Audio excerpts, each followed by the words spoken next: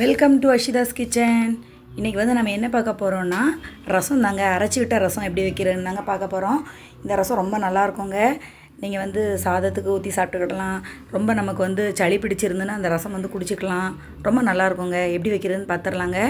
ஒரு 3 பூண்டு, ஒரு பச்சை மிளகாய், மிளகு, ஜீரகம், அப்புறமா ஒரு குட்டி தக்காளி, இவ்வளோதாங்க இதுக்கு தேவையான பொருள்.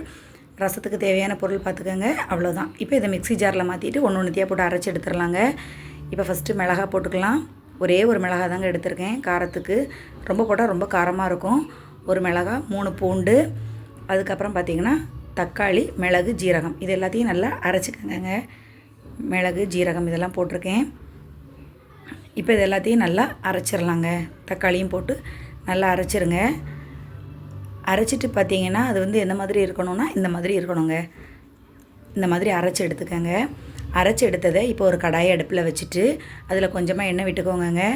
எண்ணெய் விட்டு எண்ணெய் கொஞ்சம் சூடானதுக்கப்புறம் அதில் கொஞ்சமாக கடுகு சேர்த்துக்கலாங்க. கடுகு போட்டுட்டு அதில் வந்து ஒரு காஞ்ச மிளகாவை 2 கிள்ளி போட்டிருக்கேன். அப்புறம் கருவேப்பிலை போட்டிருக்கேன், அவ்வளோதான். இதை வந்து நல்லா தாளிச்சிட்டு அதுக்கப்புறம் அந்த அரைச்சி வச்சுருக்கக்கூடிய இதை போட்டு நல்லா ஒரு வதக்கிக்கலாங்க. ரொம்ப போட்டு வதக்க வேண்டாம், சும்மா லைட்டாக ஒரு வதக்குனா போதும். கொஞ்சம் நல்லா வதங்கினதுக்கப்புறமா அதில் வந்து நாம் மஞ்சள் தூள், காயப்பொடி, பெருங்காயப்பொடி, இது 2த்தையும் சேர்த்துக்கலாம். இப்போ பாருங்கள், கொஞ்சம் ஓரளவுக்கு வதங்கிருச்சு.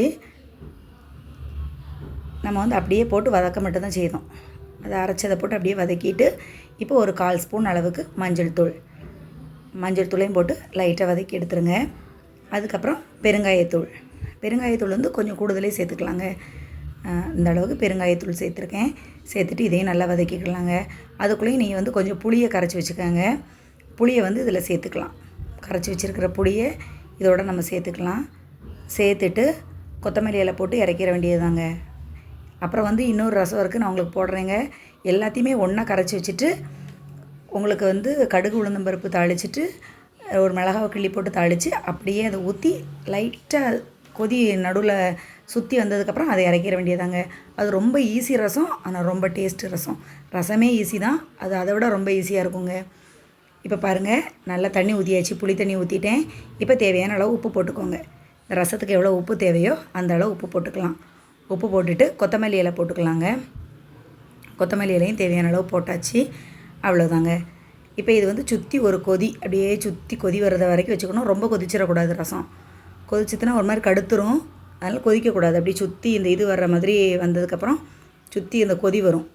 அந்த ஸ்டேஜில் நம்ம வந்து இறக்கி வச்சிடலாம். அவ்வளோதாங்க, நம்மளோட சுட ரசம் ரெடி ஆயிரும். இதுக்கு ஒரு உருளைக்கிழங்கு மசால் அல்லது ஒரு ஆம்லேட் ஏதாவது வச்சு நம்ம சாப்பிட்டுக்க வேண்டியதாங்க. அவ்வளோதான். சுற்றி கொதி வந்துருச்சு பாருங்களேன், நல்லா கொதி வந்துருச்சுல. இப்போ இந்த ஸ்டேஜ் வரும்போது நம்ம அடுப்பை ஆஃப் பண்ணி இறக்கிற வேண்டியதாங்க. இந்த கொதிக்க ஆரம்பிச்சிருச்சு பாருங்கள். நடுவில்லாம் வந்து கொதிச்சிடக்கூடாது, தரன்னு கொதிக்க விட்டுறக்கூடாது. நம்ம தக்காளி பழத்தை வந்து வதக்கி போட்டு கட் பண்ணி போட்டு வைப்போம் ஒரு ரசம். அந்த ரசத்துக்கு வந்து வெறும் மிளகை மட்டும் இடித்து போட்டு வைப்போம். அதுக்கு வந்து கொதிச்சா கூட பரவாயில்ல, இதுக்கு வந்து கொதிக்கக்கூடாது. இந்த பதத்துக்கு இறக்கிற வேண்டியதான், அவ்வளோதாங்க. அரைச்சி விட்ட ரசம் ரெடி ஆயாச்சு.